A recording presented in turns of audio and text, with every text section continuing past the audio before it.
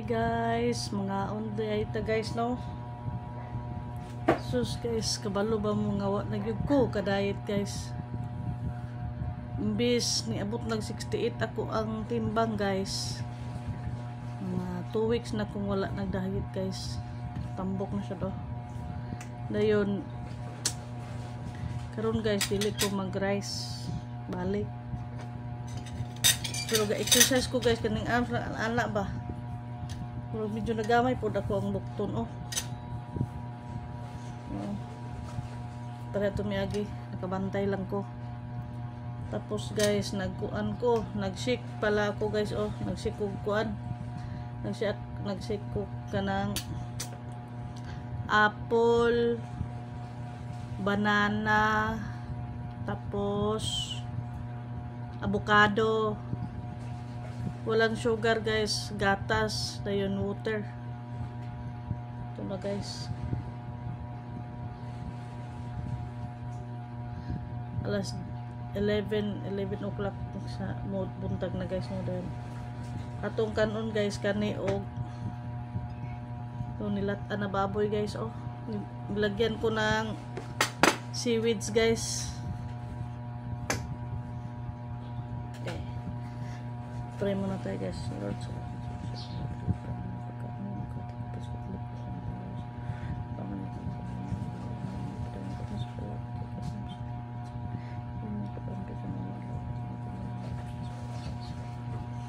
So mudring sa tagkuan guys. Hinimo nato na insulin plant.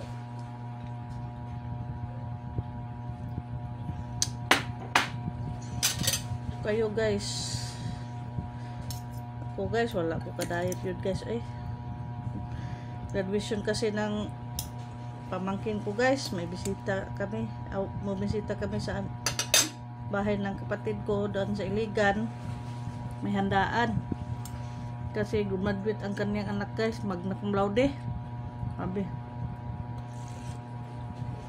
Grabing pan ko guys, happy. Guys, kita ko sa inyo guys ha.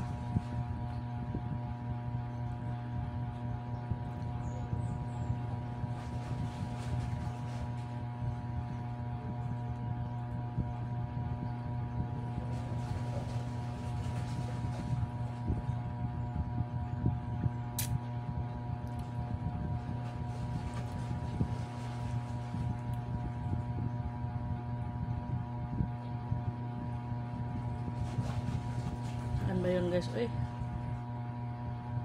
hanap ko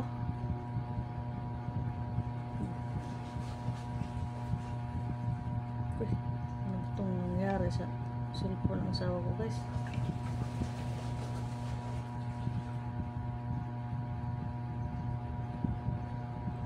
Naghang man.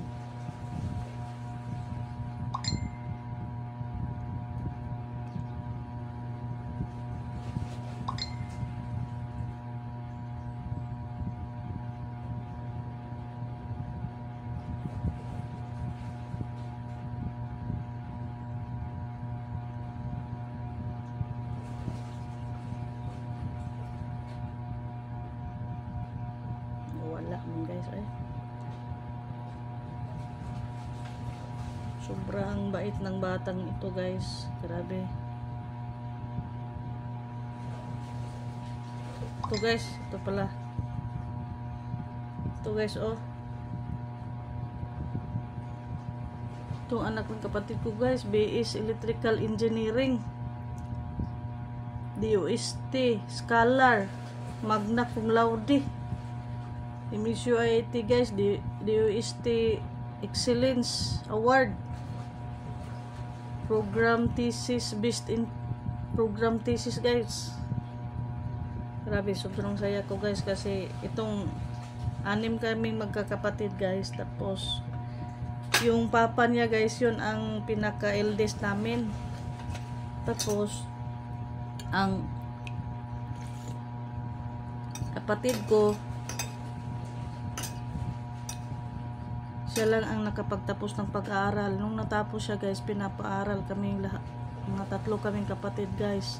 yung sunod niya, yung pangatlo, at saka ako. Pero kaming lahat guys hindi nakatapos ng pag-aaral guys. 30 years old na ang kapatid ko guys, ang kuya ko guys, bago siya nag-asawa, kasi pinaaral niya kami pero hindi kami nakapatapos ng pag-aaral dahil nag-asawa kami guys. Sobrang lungkot niya guys, pero alam nyo guys, hindi ko siya narinig na sinumbatan kami guys. Marami siyang tinulong sa amin, maraming sa mga magulang ko guys, siya halos ang nagsustinto. Tapos sa mga kapatid ko, nag-asawa yung kapatid ko, siya, yung isang kapatid ko sunod na babae ng anak guys, siya rin ang papaanak guys. Grabe sakripisyo ng kapatid ko guys, kaya binayaan siya ng anak ng napakabait guys. Napakabait din ng kapatid ko, hindi siya basta hindi kami sinumbatan guys. Kaya nung namatay ang nanay ko guys, nung nagkasama kami, sobrang nagsuri ako sa kanya guys. Tapos hindi, nung nagsabi ako ng sorry sa kanya, umiyak lang siya, nagiyakan kami sa sasakyan, kami ng dalawa ang kasama kasi sa Kalamba na matay ang mama namin guys. Tapos ako nandito sa Cagayan, yung kapatid ko nandito sa Iligan, tapos kami lang dalawa ang kapatid ang nagtutulungan guys, kasi yung pangatlo namin, ako pangapat kasi ako guys, yung pangatlo namin kapatid patay na, yung pangalawa patay na, tapos ako ang pang-apat. Tapos meron akong youngest namin guys, kanang kambal, hindi nag-asawa, yung isa nag-asawa. Tapos ang kuan ko guys, ang kapatid ko, yung lalaki na nandyan sa Iligan, yung may anak na magna cum laude, siya lahat ang gumastos guys. Din ako sa damit lang ako, tapos yung araw-araw na may pagkain, yung lamay ng ina ko. Tapos nung nandun kami sa sakyan guys, grabe, sobrang nag-uusap kami, mga hirap na dinanas niya nung bata pa siya guys, kasi nung bata pa siya guys, pag umaga magkuan siya, magtinda ng tinapay, yung pandesal para makipambili na kami ng mga ulam. Tapos nung college siya guys, sa MSU marami siya nag-aaral, nagkuan siya guys, kanang scholar siya, tapos nag-working scholar pa siya, parang may pagkain siya guys, kanang tustos ng pagkain. Tapos nagtatapos na siya sa pag-aaral guys, pinami siya niya sa mga kapatid na pag-aaralin niya kami, pero kami guys hindi kami nakapagtapos ng pag-aaral, kaya sobrang hiya ako sa kanya guys.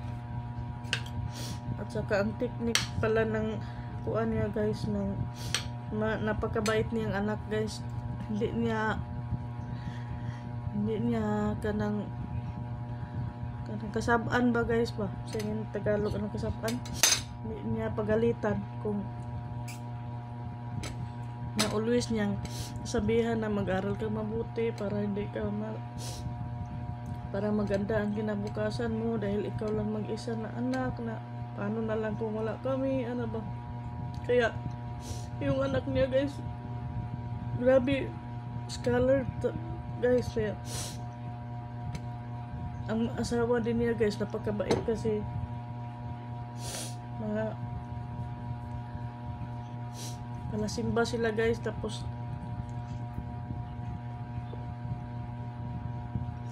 meron siyang kapatid na pastora.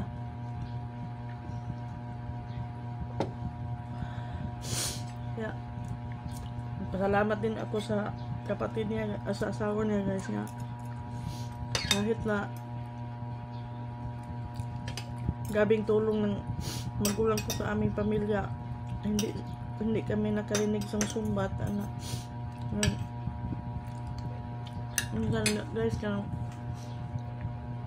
Pag mayroong problema sa aming pamilya, umiiyak lang daw ang kapatid ko, tapos naaawa siya.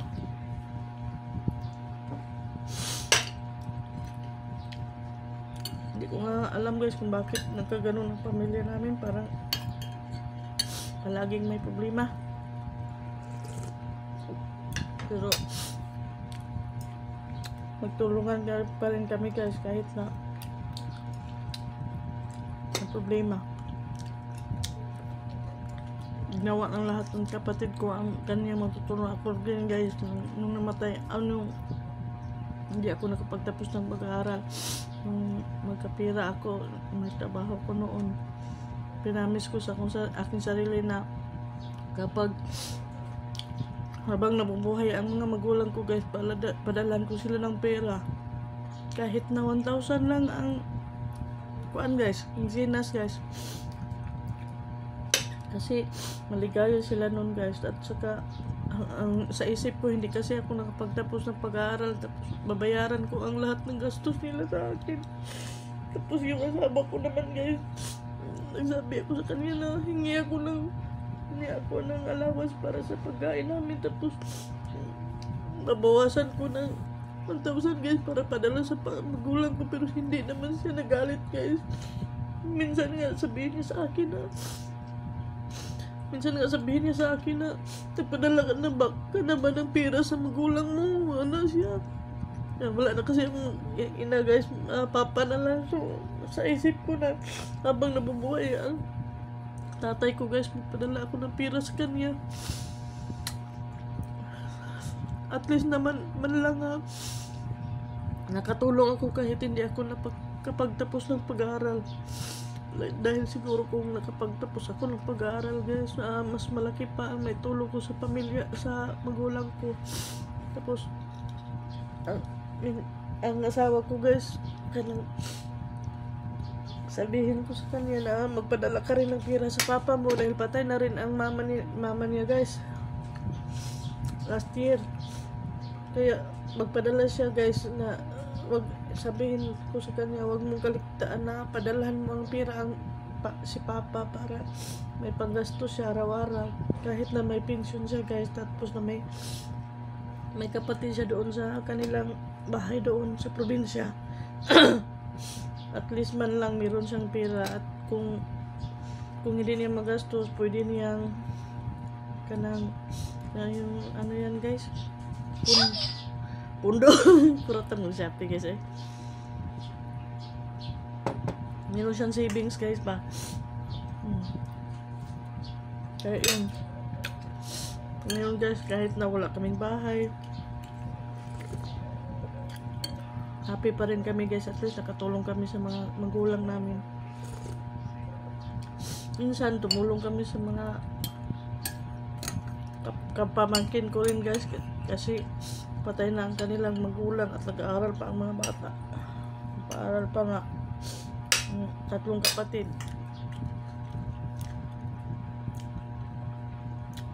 Kaya always lang yun manalig sa Panginoon guys. Hindi tayo mawala ng pag-asa, kasi kung mawalan tayo ng pag-asa, wala na tayo magkawa sa buhay. Magka-anxiety tayo guys. Ako noon iyak ng iyak, pero palagi akong nagdadasal ng Panginoon na talungan niya ako, surrender ko sa kanya lahat ng problema namin. At saka kaya nun guys na anak ka nang okay na, hindi na ako nagka-anxiety. Minsan kaya kasi guys, yung anxiety natin dulot na atin na kalanasan na hindi mabuti, mga problema. Kaya kung may problema tayo guys, always lang din tayo nga manalig sa Panginoon. Surrender sa lahat. Surrender natin lahat ng problema natin sa Kanya para tulungan na tayo.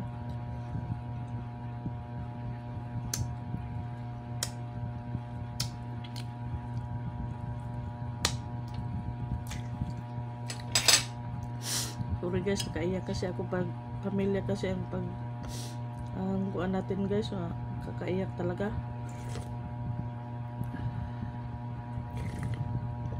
Sarap ng sabaw guys, nilagyan ko ng seaweeds. Sarap.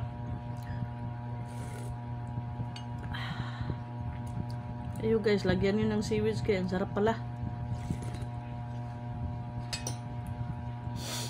Tapos hinahina lang tayo sa pagkain guys para hindi tayo makuan, busog ka agad. Para malasan natin yung buti ang ito yung kain.